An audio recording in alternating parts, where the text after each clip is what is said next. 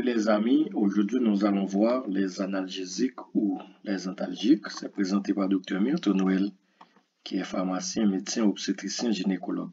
Si vous n'êtes pas encore abonné à la chaîne, je vous demande de le faire maintenant, de regarder toute la vidéo et de liker si ça vous a plu et surtout de partager avec vos amis. N'oubliez pas d'activer la cloche de notification afin que vous soyez au courant dès qu'il y a une nouvelle vidéo. Analgésique ou antalgique. Nous avons le mot analgésique qui vient du préfixe an qui montre la privation et algésie qui signifie douleur. Et aussi nous avons anti qui signifie contre et algie qui signifie douleur. Analgésique, antalgique. Nous voyons donc que ce sont des médicaments qui sont utilisés contre la douleur afin de la diminuer ou aussi de pouvoir la supprimer. La douleur est un phénomène complexe, subjectif, qui est ressenti différemment suivant l'individu et son environnement. Elle est conditionnée par deux principaux facteurs. Il y a la perception en premier lieu et en deuxième lieu, la sensation. La perception, c'est un phénomène sensoriel transmis au cerveau par les neurones sous forme de signaux électriques. Elle varie selon le stimulus qui génère ce signal électrique, tandis que la sensation résulte du processus d'interprétation de ce signal électrique par le cerveau, dépendamment de l'état de santé de l'individu, de son âge et aussi de son environnement. Il faut noter que une même douleur peut être ressentie de manière différente suivant les personnes. Toutefois, on distingue plusieurs types de douleurs suivant leur origine. Nous avons les douleurs inflammatoires. Ce sont des douleurs qui sont en rapport à une infection ou à une inflammation. Nous avons aussi les douleurs neuropathiques. Ce sont des douleurs pour lesquelles il y a une lésion au niveau du système nerveux. Les douleurs mixtes associent les douleurs inflammatoires et les douleurs neuropathiques. Cependant, les douleurs dysfonctionnelles, ce sont des douleurs pour qui on ne va retrouver aucune lésion. Il y a trois types d'analgésiques. Nous avons les analgésiques à action périphérique ou non opioïdes, représentés par le paracétamol et les anti-inflammatoires non stéroïdiens.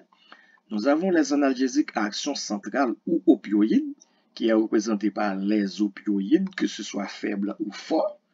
Et nous avons aussi les co-analgésiques ou adjuvants. Ce sont des médicaments utilisés contre les douleurs, qui ne sont pas vraiment des analgésiques, mais on les utilise pour atténuer la douleur. L'Organisation mondiale de la santé classifie les médicaments contre la douleur en trois paliers. Nous avons les médicaments de palier 1. Ce sont les médicaments utilisés dans les cas de douleur de faible intensité. Nous avons les analgésiques à action périphérique ou non opioïdes, les paracétamol et anti-inflammatoires. Et nous avons les médicaments de palier 2. Ce sont des médicaments qu'on va utiliser dans les cas de douleur à intensité modérée, tels que les opioïdes dits faibles. Nous avons la codéine, le tramadol comme exemple. Et les analgésiques de palier 3. Ce sont les analgésiques utilisés dans les cas de douleur intense, de forte douleur. C'est-à-dire des douleurs de forte intensité. Nous avons les opioïdes, mais ce sont les opioïdes forts, les dérivés morphiniques. Les analgésiques de palier 1, utilisés dans les cas de douleur de faible intensité. Ce sont les analgésiques à action périphérique ou non opioïdes, tels que le paracétamol et les anti-inflammatoires non stéroïdiens, pour les douleurs de faible intensité.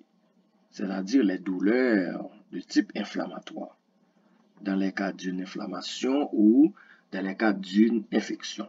Alors, on va utiliser le paracétamol, qu'on appelle aussi acétaminophène, et les anti-inflammatoires non stéroïdiens tels que l'aspirine, ASA, qui est acétylsalicylique acide, aspirine, et nous avons aussi diclofenac, ibuprofène, nimesulide, naproxène et indomethacine. Le mécanisme d'action du paracétamol reste jusqu'à présent mal compris, mais nous savons que les AINS sont tous des inhibiteurs de la cyclooxygénase. Les AINS inhibent la transformation de l'acide arachidonique en prostaglandine ou thromboxane, qui sont des inducteurs de la douleur. Une fois que l'acide arachidonique est bloqué, ne va pas être transformé en prostaglandine ou en thromboxane, et bien là, on inhibe la douleur. Les analgésiques à action centrale ou opioïdes, disons les opioïdes, les morphiniques, vont être utilisés pour les faibles, les opioïdes faibles, comme médicaments de palier 2. Nous avons exemple la codéine, nous avons tramadol, nalbuphine, buprenorphine. Ce sont ces médicaments qui sont des opioïdes faibles que nous allons utiliser comme analgésiques de palier 2 dans les cas de douleur modérée, d'intensité modérée. Nous avons aussi les opioïdes forts qu'on va utiliser dans les cas de forte douleur. Ce sont les analgésiques de palier 3 selon l'Organisation mondiale de la santé. Nous avons la morphine, l'oxycodone, le fentanyl et aussi nous avons pentazocine. Ce sont ces médicaments qui sont des opioïdes forts. Les dérivés morphiniques agissent comme les endorphines. Ils bloquent les synapses, empêchant la circulation des influx nerveux qui véhiculent la douleur, en se fixant sur des récepteurs de la membrane des neurones nociceptifs postsynaptiques. Ces récepteurs sont appelés les récepteurs opioïdes et sont localisés sur les neurones de la moelle épinière.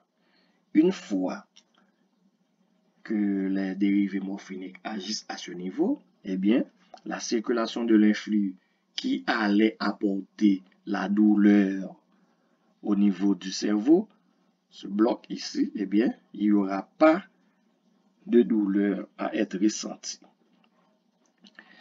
Cependant, les adjuvants ou co-analgésiques, ce sont des médicaments utilisés contre la douleur, mais qui ne sont pas vraiment des analgésiques.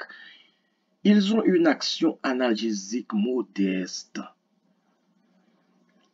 Comme exemple, les antispasmodiques, les myorelaxants, les anticonvulsivants tels que la carbamazépine qui est utilisée dans les cas de douleur post-zostérienne. Nous avons les antidépresseurs, les anesthésiques à action locale tels que le lidocaïne qu'on peut utiliser juste pour combattre la douleur. On les appelle des adjuvants ou co-analgésiques, c'est tout simplement parce qu'on a l'habitude de les associer à des analgésiques de manière à potentialiser l'effet des analgésiques. D'où le nom co-analgésique ou adjuvant. Mais ce sont des molécules qui ne sont pas vraiment des analgésiques, mais ont quand même une action modeste, une action analgésique modeste. Je vous remercie. J'espère que vous avez suivi toute la vidéo et que vous avez compris. Si vous avez des questions, vous pouvez les poser à l'adresse suivante, metonel@gmail.com. N'oubliez pas de vous abonner et surtout de partager avec vos amis.